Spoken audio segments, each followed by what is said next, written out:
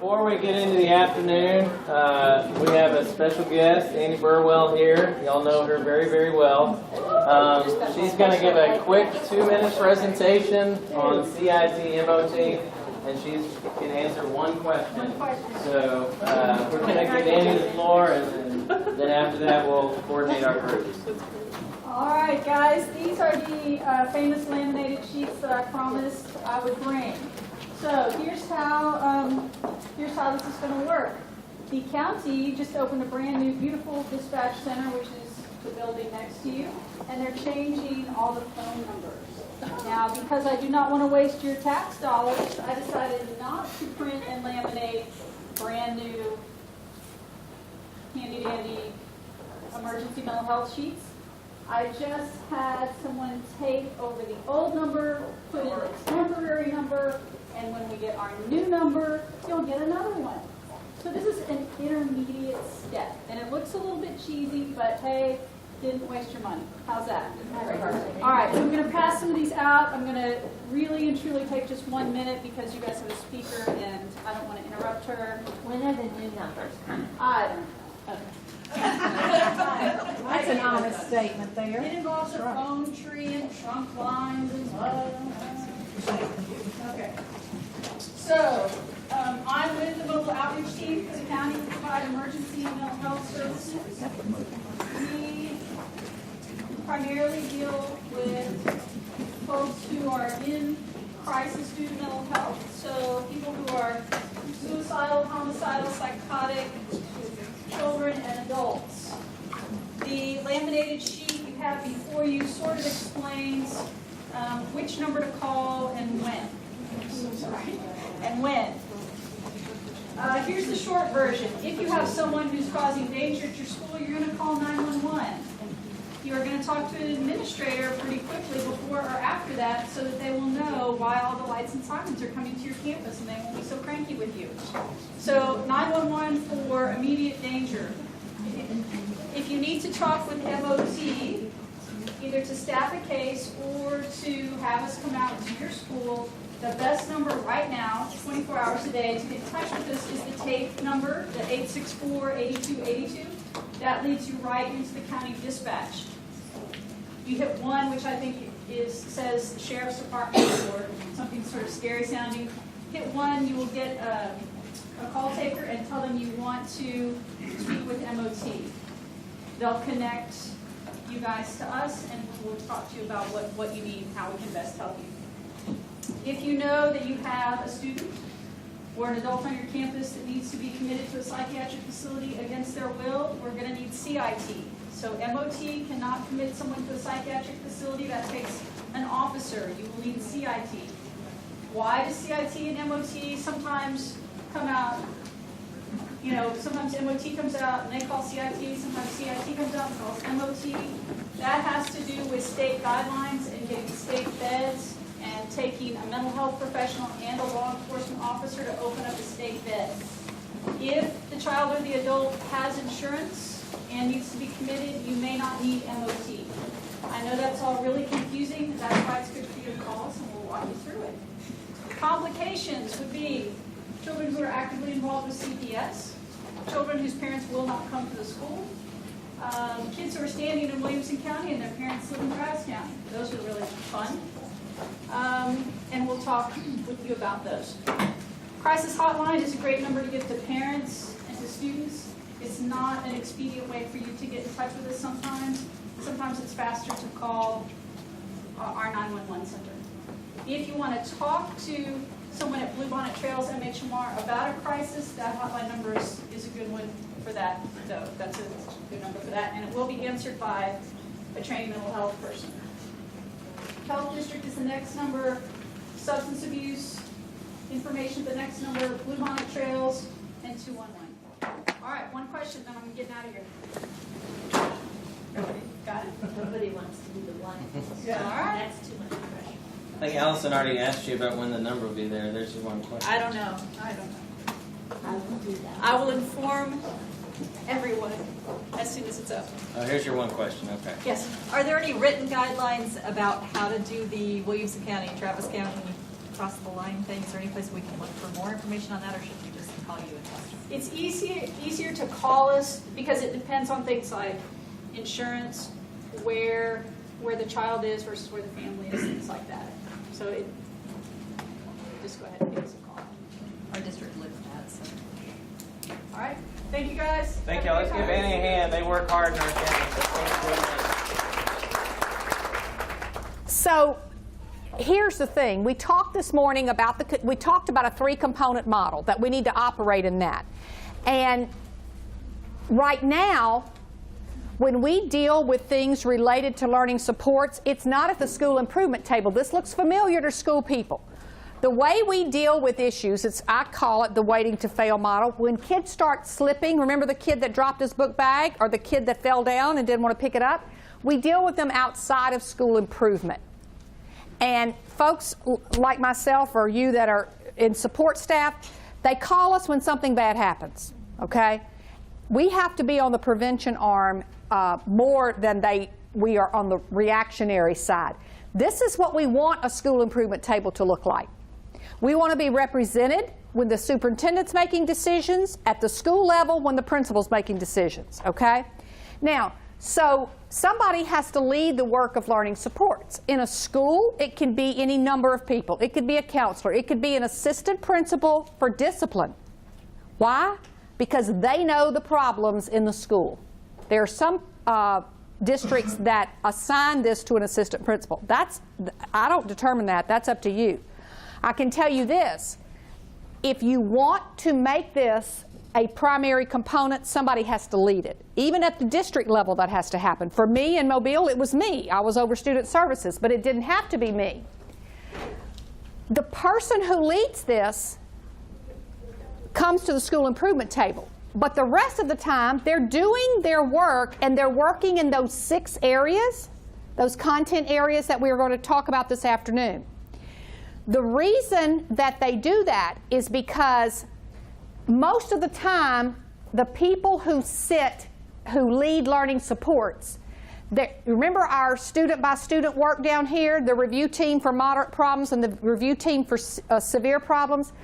That's the student referral process. That still has to happen, but the conversation has to become also focused on system development, meaning each of our 6 areas, after you map, you choose which one you want to work on. You can't work on all 6 at one time in a school or even at a district. You have to choose, because once you map, you know where your gaps are, you know where your redundancies are, where you got too much, we got to clean that up. But once you sort of iron all that out, you pick 1, maybe 2 areas to start on, okay? And that's all you can do at one time. It's unrealistic to think you can do more. But I wanted you to just see that the what you deal with is the continuum and the content areas, but the how the work gets done, that's done by work teams in schools. That's how we operate in schools.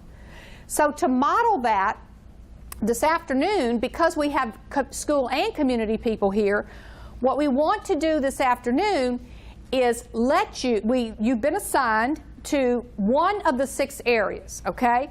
And we're going to ask you some questions about that area, because we need to know what are the barriers our kids face relative to whatever area you're working on, and what is it we do in school now? What is it that the community does to address it?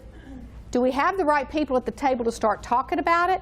Because if you're going to solve them, you're going to solve them 2 ways. You're going to solve them district and school, but you also need to solve it as a community. So today is just to get the conversation started with those of us who live or work in Williamson County. That's what this is about. We will not do it all today. You can't. We don't have enough time. But we're going to wet our whistle with it, if you will, okay? Now, 2 groups are going to leave this room. And I'm going to start with Greg's group. If you have the pink dot, you're with Student and Family Interventions, and you're going to go with Greg, who is your facilitator, and Leanne, who is the scribe.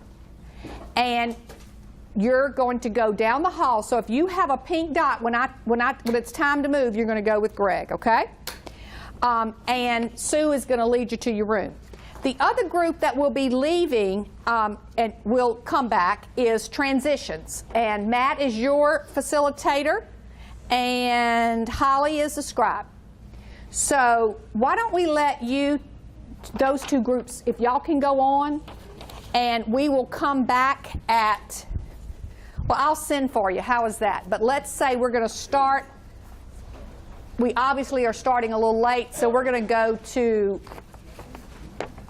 2:15. Just let's say 2:15. Okay. Okay? All right, so if you have a pink dot, you're going to go with Greg. If you have a blue star, you're going to go with Matt.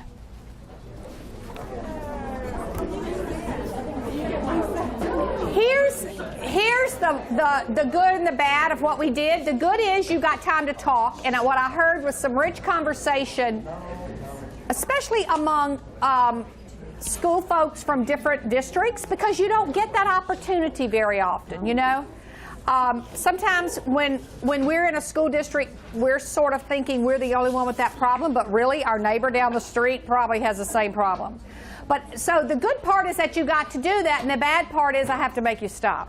So that's the good and the bad of this. So let me tell you a little bit what's going to happen, and then I'm going to let y'all report out a little bit. Before I leave, I'm going to get a copy of what you wrote. I'm going to try to synthesize it, get it in one document, and then I'll have a follow-up call with the team here, the planning team here, because this is not worth the paper you wrote it on if we don't do something about it, okay? The goal is to sort of get that sense of urgency that one, we can solve some of these problems. You know, as we start to straighten up the shelves for Williamson County, there are some real tangible things that we can do. So you've given us in a very small amount of time, minimal amount of time, a lot of information, and that's good, okay? Remember this quote, because a lot of what you talked about today were not only our students' barriers, but our own institutional barriers. And sometimes, you know, we're the adults, we're the hardest ones to change. And so just remember, sometimes it's not learning something new. It's escaping that, well, that's just the way we've always done it, and that may be the way we've always done it, but doesn't mean it's always the right way, or the best way, or the most effective way. So moving from this kid by kid all the time to beginning to, I call it getting up on the balcony and looking down at your school, at your organization, at your community as a system. You know, how are we moving here? I'll tell you what, when I did it as an assistant superintendent, I was appalled. Because it just didn't make sense, some of the things we were doing. You know, we weren't even serving in feeder patterns. We weren't, like, my social workers and attendance officers were driving all over the county. My travel budget was out of control. But more than that, we weren't serving a whole family. And the kids go K-12 in one feeder pattern. Duh. You'd have thought we would have figured that out. Well, we didn't. That thing alone, that one change, I ruffled more feathers. Y'all ever heard of that book, Who Moved My Cheese? Ooh, I moved some cheese, and I was, ooh, they were not happy, but it was what made sense for schools and for families. So that's what happens when you move people's cheese, but that's okay. So what you've given us today is a good bit of intelligence. Now, but this is what really happens in school. I hate to tell you, but school folks recognize this. Well, it makes sense, but my job is bullying prevention. No, well, my job is dropout prevention. Well, that's not my job, but I'm responsible for this, but I'm responsible for that. That's called structure driving function instead of the other way around. What we need is what then should drive what people do as their job. Just remember my lady who served 3 out of 21 schools, music and me. Okay, that's all I got to say. But that wasn't what our schools needed. So to be ready to do this, we've got to escape some of the old ways of thinking, and that's okay. And we're going to be good at it sometimes, and we're not going to be. It's not going to always be easy, but I can tell you that we can, as a united front, school districts and community organizations and all of our organizations, we can make a difference. You already are. Just imagine if we can stay up on that balcony a little bit and get some better systems in place. So I want you to remember that. I also want you to remember that just having the missionary zeal and some good ideas isn't enough either. Because here's the deal, guys. Changing organizations like schools is like moving the Titanic. But you have to be a change agent. You have to be willing to open up and say, you know, yeah, I bet you there's some things we can do. And again, children will benefit, families will benefit, but they're not the target of this work. This work is about adults. And typically those in support positions, not necessarily our teachers in the classroom. Really, they got more than they can say grace over. So we've got to do our jobs in a better way. So let's hear out. You may or may not have gotten all the way through your questions. I totally understand if you didn't. That was a lot to ask you to do. Could I just do it this way? Could I ask for each of the groups, look at question 2 for this barrier, what services? No. Question 3. I want to hear about some of the institutional barriers that you came up with. Of course, you don't have any institutional barriers here, right? No. Of course we all do. I don't want you to make you think you're too special now because everybody has them. It's the nature of all of our organizations. I'm picking on schools because there's more of us in the room and I can pick on us better. But if we were to do the justice system, Matt can tell you, you do Texas justice system, you're going to have that's just institutional barriers. That's what happens. You do any of our organizations, that's how it works. But as long as we keep coming to this table, we're going to be able to knock some of those down. So let's see. Student and family. Greg, what did your team say about, where's Greg's group? Did they come back? There they are. We have the best scribe ever. Ever? Okay. Do it. Tell us. So the institutional barriers are, our group felt in the student and family interventions was around sustainability, that the programs come and go, the funding comes and goes, and you get a good program and then it's gone.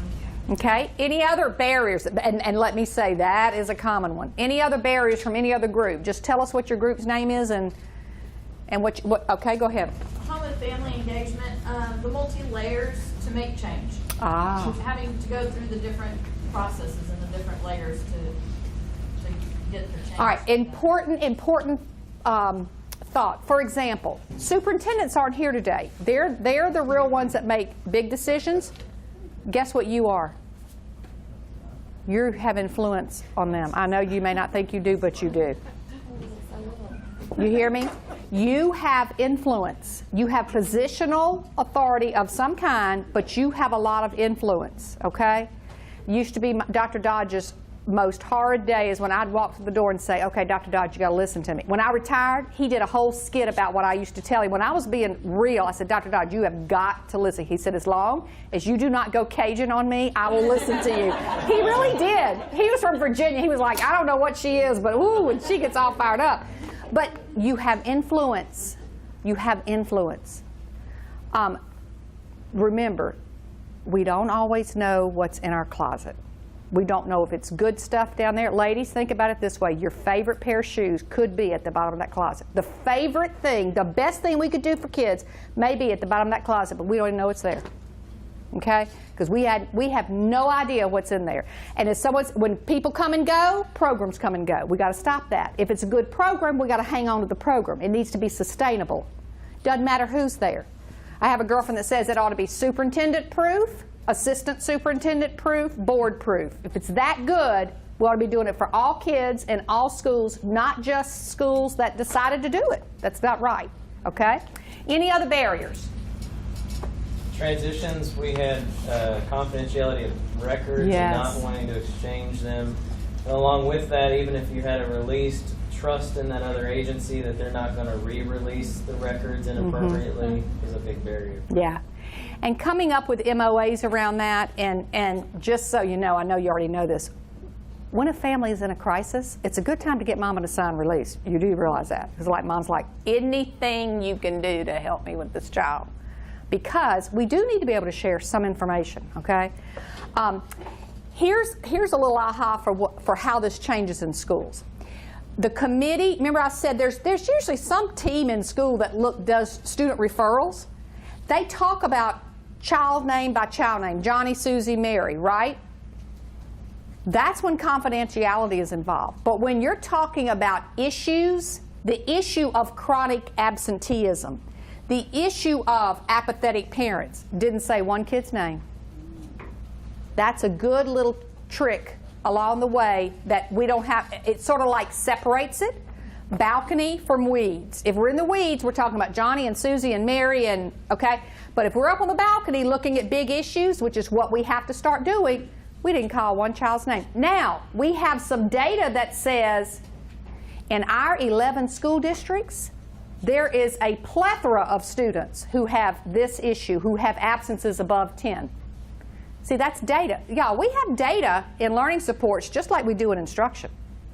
It's called things like number of students referred for special education, number of students going through RTI, number of students with chronic absences. How many tardies do you have? What's your discipline data look like? How many students get referred for a particular offense? We have our own data. We collect, listen, I promise you, some database in your district is collecting that. Now, they may not talk to one another, and you may not be disaggregating that data, but it's there. It's there. So it's not like we have to gather a lot of new information. We just got to do something with the information we have. But just remember that little calling a student's name, yes, you're dealing with confidentiality. Not calling a name, but dealing with an issue, that's what we're after, okay? Any other barriers came up? We said in crisis assistance and prevention, that's a lot of times because of state accountability and testing becomes back burner issues. And Okay. it's not necessarily something that they think about right away. All right. What kind of data or information do you think is missing from your content area? What is it that you need to know more about? Because let me tell you, the conference planners and the leaders of this work, that's a doable thing that we can start to get that information. Name me a couple of things that you think you might need. Could you? Get that far. That's fine. That's fine if you didn't. We're from community engagement, and we need to know exactly where the money is going. Ah, how are we spending our dollars now? I have some districts when we work on this, they not only map what they're doing, they put a price tag to it. When you do that, it's sort of like my checkbook at home. If I say, I've been going to the grocery store a whole lot, but if my husband gets a hold of the checkbook and he starts adding up all my grocery trips, he's like, what happened? You know? Is it a special holiday? No, I just went to the I wasn't very organized, and I just sort of went to the grocery store when I thought about it. You know what I'm saying? But when you put a price tag to what we're doing, it's really very telling, okay? What other groups are missing from this conversation? I expect there are a number. Yes, ma'am. Youth. Youth voice is way important. You want to know what's really going on? Ask the kids, okay? What? Parents. And on learning supports teams, we have parent representation. And the people who give the money or take the money away. Ah. The money audience. The money audience, who, if it's the giver or the taker. I think also the staff voice, to understand Yes. different roles within your school community. You know, oh, the nurse does psych? I didn't know that. You know, really? You didn't? You know, but also knowing how to work together and including support people in on those strategic planning, you know, issues so you can grow. Yeah, and let me tell you, that is an issue, because who does this work here? Let me just get back. Right here.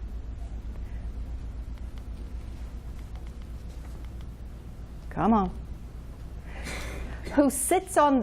Who leads this work at a district or at a school is one person. But who sits on this team, sometimes it's people that don't work. You would think they talk to one another, but they really don't. Okay? It's counselors, it's school psychs, it's sometimes the resource teachers, it's social workers, it's nurses, it's any grad coaches, whatever positions we have like that. They really don't. One of my favorite things is when I can get them all in a room. They have a lot more in common than they have differences. But they don't We don't give them that opportunity. You see why it's an adult issue, guys? It's not a kid issue. Now, let me tell you about this team. This has to be a team that plans what they're going to do. Because here's what I like to see happen, and to me this is the only way that it can happen, and it needs to happen in all three of these circles.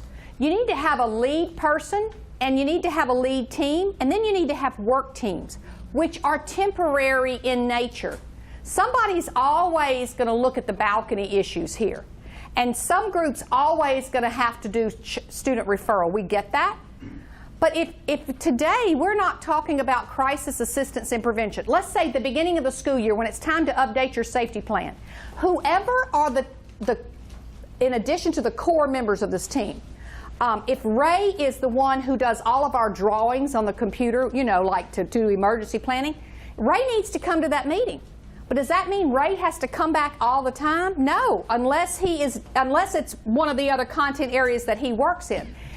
What we do in schools worse than in districts. In schools, we meet for the sake of meeting. I know a school that the principal said everybody has to be on 2 committees, and she made up committees so that everybody could be on 2 committees. And she admitted it to me. She was serious. She said, oh my God, I've never thought of it that way. We need to be strategic about what we're meeting about. We need to meet, you know how, look, seriously, in less than an hour, y'all covered a lot of territory. But see, let's just pretend next time we're only going to work on crisis assistance and prevention. Does that mean everybody in this room has to be there for that? No.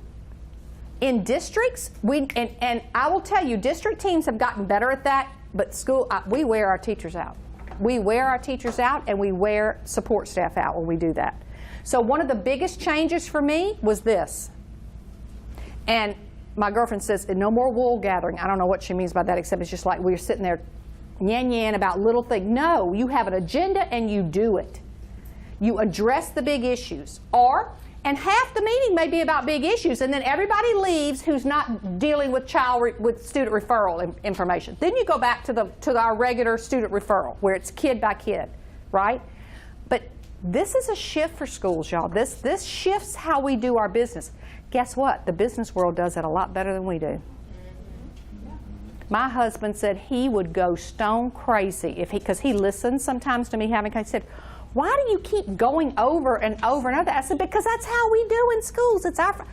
Because what did I tell the facilitators and the scribes in the beginning? Be careful. In school folks like me, we want to solve the problem. We want to tell you what the problem is, and then in the same breath, we're going to tell you how to fix it because we're fixers. That's what we do. And that's not good. First of all, we might not even all agree with what the problem is. We got to do that first. So you understand how this is an adult shift, guys. This is really, our kids and families will benefit, but it's changing the way we have the conversation.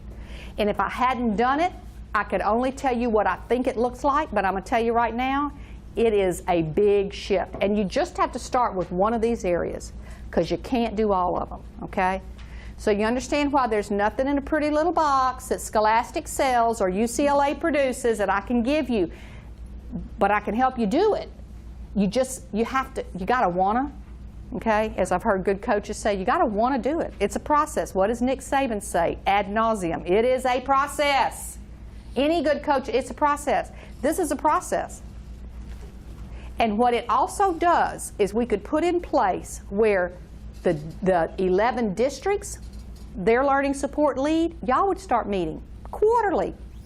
You bring issues to the table. Now look at the power. Somebody said, who's at the table?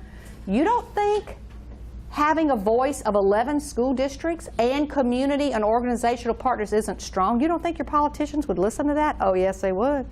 Oh, yeah, they would. You're a lot stronger together than you are apart. But you're going to be addressing issues, because what do I hear in communities? We don't have enough mental health. What did I hear last night? Somebody was talking about, well, finally we have some adolescent psychiatric treatment places. Y'all, it is the saddest thing in the community, ours included, when it was gone. When it was gone. You have a voice then, and you have a collective voice. You've got to have a collective voice, because we can whine individually as 11 districts, but when we come together, I can assure you somebody's going to listen. So I want you thinking about that, the power of what you have, the influence of what you have together, okay? And honestly, I will do whatever I can do to help you because you've got the right combination. How many times do I go in to work with school districts, even collective school districts, and their community's not even in the room? Not even in the room. It's like they have to have a whole plan for how they're going to get the community connected. You got community. Our job as school folks is to be able to say, you know, really, we have really come together, and this is really what we need. But we can't tell them because we don't know what we got in our closet. It's just messy. Okay? And again, it's not new people. Don't you run back to your superintendent and say, look, that lady said we need to add some positions. Okay? Because guess what your superintendent's going to do? Don't you go to one of those. If they call you, if Matt Smith says there's a meeting over there, you are not going back. Because they don't want to hear that. But they do want to hear, hey, I got a way we can at least figure out what we're doing now before we can know what we need to do. Okay? So please know I'm more than willing to help you. It is professional development. And schools, we normally have some money somewhere in Title II, somewhere in some fund, just for professional development. Because that's really what it is. But it's got to be sustainable. So that means we got to train people. Okay? And again, whatever you're doing now can be hung in this framework. This is not a program in a box. Nowhere. It's not that. That's why Howard and Linda were way ahead of their time on this, okay? So, do me a favor. If my card wasn't there, and even if you just got a question or an email, and you say, I missed totally what you were talking about here, and you just want to ask me a question, let me get to it. At the end, somewhere I put it. I swear it. There it is. So, just write it down. If you didn't get a card, just write it down. I'll help you do anything. I'll be taking these notes from today, and if Linda, do you want to, or somebody? Yeah, I just want to take those with me on the plane so I can start looking at them. And Matt, any next words? I know you've got some more stuff to do yes. here. Well, first off, let's have a round of applause for Rhonda.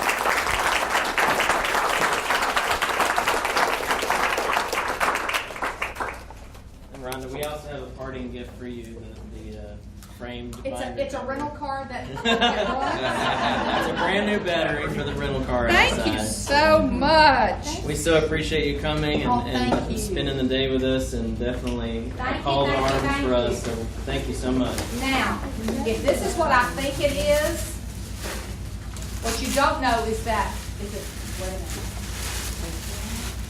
Yes, it is. I took the notebook apart. No kidding, because it's like, I don't need another notebook, but I want the guts of that notebook. So I even took this out of the front cover. It's in my thing, the front cover, because this is powerful. Yeah. This is why we're talking about this. It's just, as adults, we got to get it better. So thank you. Thank you very much. We really I have appreciate enjoyed it. it.